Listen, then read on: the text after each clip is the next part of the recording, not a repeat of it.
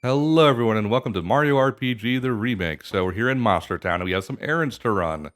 Lots of things to do here, actually, for being one of the smaller towns in the game, to be perfectly honest with you. But we'll be saving him for the next part, so if you're looking forward to that, it's in the next part, so... And I believe Monstro Town is one of the last towns you visit before, like, you start getting ready for Endgame. Yeah, the Cloud City's the last one. Why? Yeah. Why is this making me think of the Elven Village from Shining Force 2? Now, what was the Elven Village in Shining Force 2? It was this one sort of like it kind of stuck out because there was no other place in the game quite like it, but it was a town in a deep forest.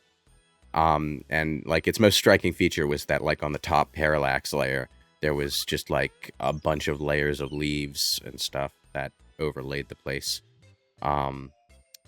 Just a town. The only two notable things about it was that if you check a certain bookshelf, you get the promotion item to turn Sarah into a monk. And if you walk out back of the town in a certain direction, you start a special challenge battle that you can do over and over and over again, I think. I forget that Mario RPG has its own Dancing Pete moment. What? Because you go into this person's house asking to see if a star piece, and they tell you, yeah, we have a star. It's upstairs. You go upstairs, and it's just a regular looking star that does a little dance for you. But it's not the star piece that you're looking for. So it's like, oh, my apologies.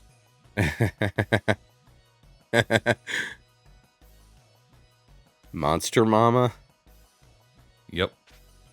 He looks after all the monsters in Monstro Town. So we could go right to Land's End and climb up the cliff we saw earlier, but let's not do that for a little bit.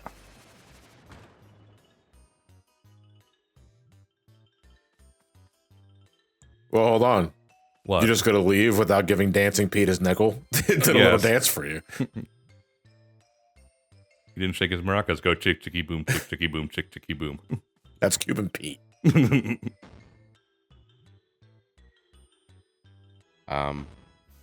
You want to talk to this guy a bunch of times because he'll knock the key we saw earlier off of the cliff so we can grab it. Stop it. Wow, you see, I wouldn't immediately associate that with what's happening here because there's no visual indicator that would happen. Usual guy dang it moment, I guess. What the...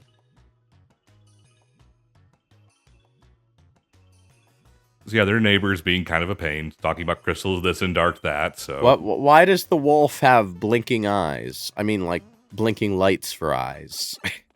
No, because they're light bulbs. Why is the wolf's eyes light bulbs? You ever seen, not that cats are wolves, but, you ever looked at a cat's eyes at the right angle at nighttime and it just looks like their eyes light up? Well, I think it works on that logic. but that was in a bright room. And? His eyes were just lighting up. So with that key we just got, if we go here and get the wrong fortune, we get to Balom's vault. Give him the key. Because we have no use for it otherwise. Okay, bye. Just fucks off and gets abducted by a UFO, I guess. Yep. But we get a ton of frog coins and flowers and items, so definitely worth doing. Yeah. That was 71 flowers, very nice. Okay, that's tilting. I wish you didn't pause the game so that I can see everyone's party levels. Because Mario's not... Because Mario's only one at 22. Everyone else is at 19. Because I gave Mario the XP booster just to have it on, so... Main character syndrome or what? I mean, the max level in this game is 30, so... Is it 30? Does it really cap at 30? Yes. Holy fuck, I forgot how low it was in this game.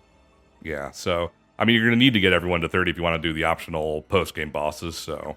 For sure. Huh. God, Paper Mario, I think, had a low level cap, too. It just occurred to me 30 is the same like level cap I expect to see in an Atelier game. I played through Ayesha last year, or was it the year before? I forget which one it was now. Is that the one we did the impressions video on? No, that was Ryza a long time ago. It was Ryza. Okay. And Wait, a long time ago. It was last year. No, I did one on Ryza. Yumiya was the one we did last year. Okay. Ayesha is the PlayStation 3 game, the first on the Dusk trilogy, and that one caps at 30. It's also the kind of game where you don't actually gain much by leveling up. So, yeah. Make bombs. Make lots and lots of bombs. And then make bigger bombs. Make ice and lightning bombs. God, I have to ask, how is Bowser a bad guy? Like, he actually respects his minions for finding new life outside of the kingdom. Now, you can make the argument that the Goomba used his children as leverage. It's like, all right, we're going to whip you guys out. That way he won't feel so bad. But I'm putting your lives on the line in case he doesn't care and incinerates the building anyway. So why are we sleeping here? Because we get a side quest if we do so. The 3 musty fears. Don't say must.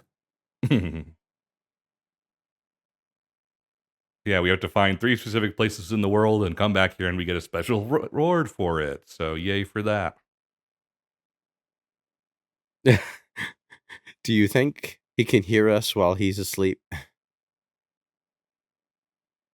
You want to invest in crypto? Scariest dream I've had all year.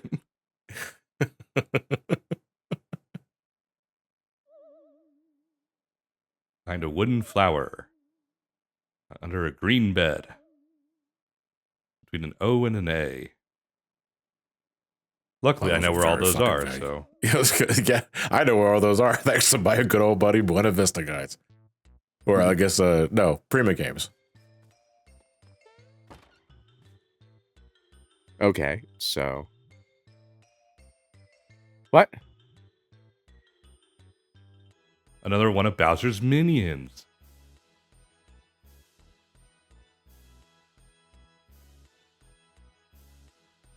Training in the dojo. It's like, why is everyone leaving me? Because you're kind of a weakling, Bowser. Yeah, this is our big... The game has the optional dojo. Yeah, this is completely optional, I believe. Yes, it is. You don't have to come here at all. Yeah.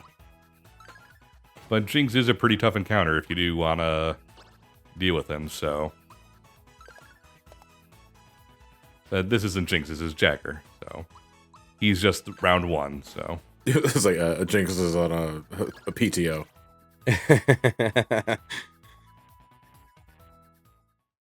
Okay, that was easy. That was really, really, really easy. Like, 2 turns easy. Is that a Pokemon in the corner? Nope, that's Jinx. No, that's the Dojo Master, yeah. I could swear there are Pokemon that look exactly like this thing. Well, it's got the singular leaf on its head like Chikorita. The Gen 2 Mon. Yeah, it could be Chikorita. The cape is throwing me off, though. No, I'm like looking at the entire profile and I'm thinking, this is a Pokemon. Hey, good block. Maybe you're not as good as you think you are, Jinx. And block him with my stick. Okay, I'm just gonna say it out loud. Anyone can literally end this man's life just by stepping on him. Yeah. There's 3 of you. Oh, I have a boot with your name on it. No, just literally hold him down and the other person just squish. Maybe that's how he got so good. Like, oof, 90 damage. He was fully aware of how easy he would be to step into, to step on and just like end his existence right there. So he's like, I'm gonna get so good at the martial arts that no one will ever be able to step on me again. You can't step on what you can't step on.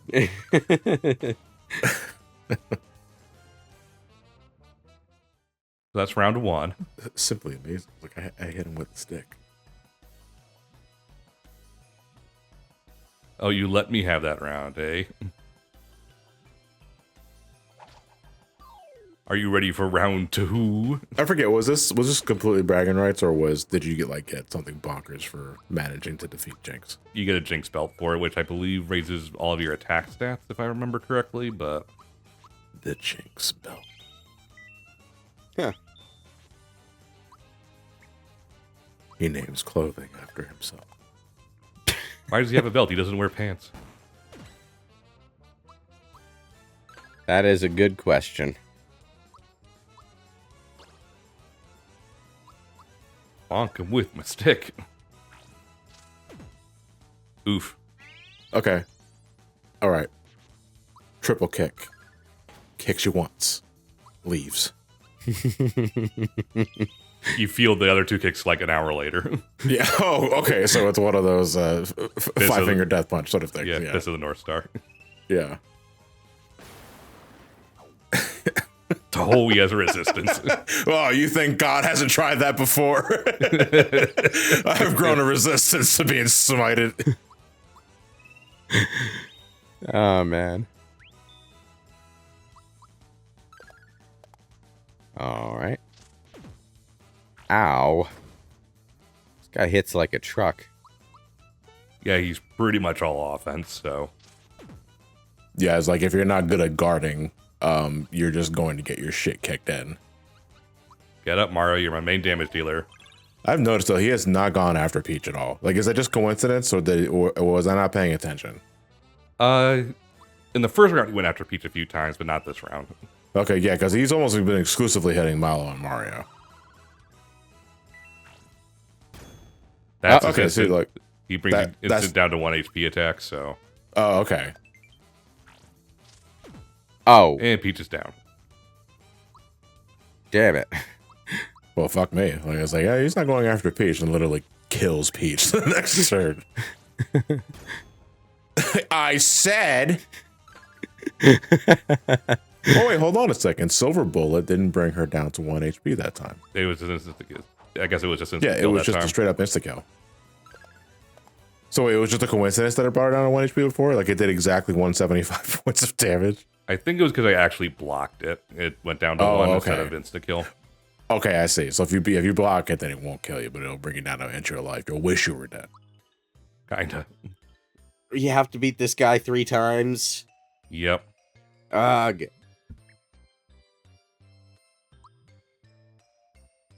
That last one was already like pretty tough looking. I'm assuming it just going to start doing. Oh It's my! gonna just start doing like AOE attacks or some other shit. That's the only thing he hasn't done yet. He's doing Street Fighter moves now. Then he resists Of course, he's fear. resistant So. to Stacking, because God forbid status magic actually do something in these fucking games. I know, right? Let's try Star Rain. Bonk. A Star Rain, it's just multi-hit, right? It doesn't actually like inflict anything. No, other than pain. it's non-elemental multi-hit. It hits everything on the opponent's side of the screen, that sort of thing. Yeah. It's Marlo's best move, to be perfectly honest with you. Barring elemental weaknesses. That was like 8 hits, and it did less than the fucking Quicksilver attack. Guy's got some pretty good defensive stats, I see. Luckily, Malo has a healing move, so huzzah. Bowser is healed. Bowser also feels depressed. And he unfortunately raised his defense, so... I forget, does any character have a defense ignoring special or I am not Just physical sure if attack, Geno... yeah. I'm not sure if Geno Whirl will actually do anything to him, yeah. but that's the only thing I can think of.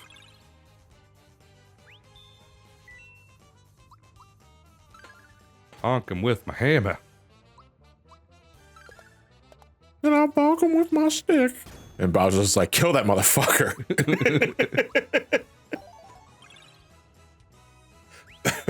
Mario, I think after this, you're going to need to go to the hospital and get your kidneys checked. I fed you a lot of fucking Coke like over the last 10 minutes.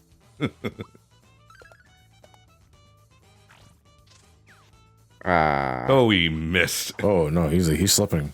He did that triple kick just straight up fucking missed.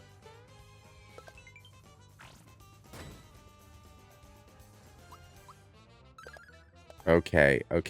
So I noted earlier that like we're seeing 3-digit numbers all the time in this game.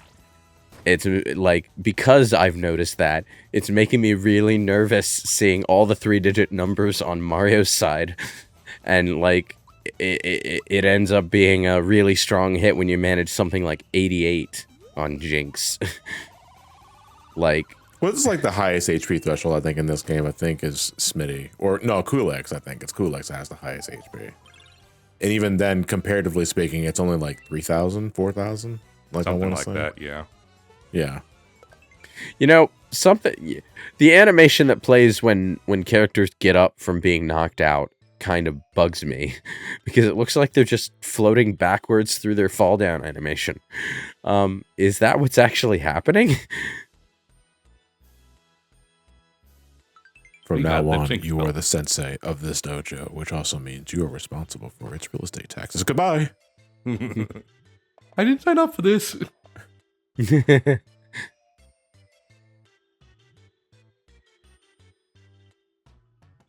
Yeah, and they do this for the rest of the fucking game. Yeah, they never stop.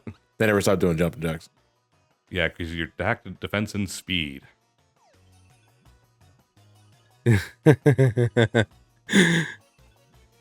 leaves a bit for mage characters, so not useful for Mallow or Peach, but good for Bowser and Mario. I like that as a punchline, though, that they get beat by Jumpman here, and their idea of training after that becomes just jumping over and over and over again. We have to strengthen our calves, for he is our immaculate. Okay. All right, so we have an errand run for the 3 Musty Fears to find their flags hidden around the world. So we're going to do that. And we'll stop by Toad Pond and give Toadowski his last music piece that he needs. So yay for that. So what they gave us clues, and we need to match those clues to places all between throughout. The O and then A. There's the boo flag. Oh, I see. There's not even like a prompt for that, too. They're just like, you just gotta know exactly where to stand and hit the confirmation button. Pretty much. The next one is in Rosetown, behind the sign at the start of the town. So here we go. Found a creeper flag. I'm a little surprised they didn't add a prompt. A prompt or like a glimmer of light. But then again, maybe that would just make it too easy. At that point, you're just scouring through every area looking for the glimmer of light that wasn't there before. Well, I mean, like, you know, the Final Fantasy Pixel remasters, they all add those little exclamation point prompts. Yeah. So that, like, you don't have check this, idiot. Yeah, you don't have to mash the use key every time you rub yourself against a wall. You can just rub yourself against the wall, you know. But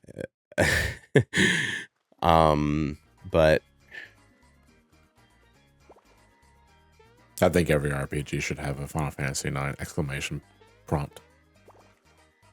Because nothing gives me a dopamine rush than checking that inconspicuous dark corner of a room and then seeing an item there that I can pick up. You received cancer. Whatever, at least I found something. Yeah, for that cricket jam we found earlier in the sewers, we get a bunch of frog coins from Frog Fuchsias. Huzzah. Woo. Gotta go help off Toadowski. You know, Super Mario RPG is weird. And I don't mean... Yes. I don't mean weird in the sense that, like, it's like the tone is like wacky. I mean weird in the sense that, like, it's got a different feel to the other Mario RPGs, which lean a lot more into the silly cartoony nature of Mario, whereas Super Mario RPG, like, yeah, there's silly cartoony stuff going on, but it feels like it's not leaning into that stylistically. It feels like it's trying to be an RPG that Square would make at the same time, which makes sense, Square made it. The result is just like, I don't want to say off key, but almost off key. Like, the note is technically correct, but it's out of tune or something. Are you saying that? Is that deliberate? Because we're at the musical part. With the music that might be what's making me think in musical terms. Yeah. But like the point is, like, it feels like it's caught between tones in a way, but not quite lost between them, if that makes sense. I think a big part of that is because it is the first of its kind. Yeah. But it doesn't necessarily set the precedent for future games. Because you can make the argument. Paper Mario does owe a lot to this game for existing, but despite it being originally penned as Mario RPG 2, they're nothing alike. Yeah. Yeah, they really aren't. Yeah, we got the Soprano card from Todosky, which means we have the best items in the shop to buy now, so hooray for that. At the same time, though, like, I'm glad this game exists as is, and it's still, comparatively speaking, unique compared to the Paper Mario series and Mario and Luigi. Yeah. Also makes it awkward, though, if this ends up being your favorite one and they don't make another one like this. Because now there's always a caveat in, like, going into other Mario RPGs. Like, oh, yeah, but this one plays like this, and this one plays like this. Yeah. That's the end of that part. We'll be seeing a certain Final Fantasy person in the next part of Mario RPG. So see you guys all then. Later. Sephiroth? No.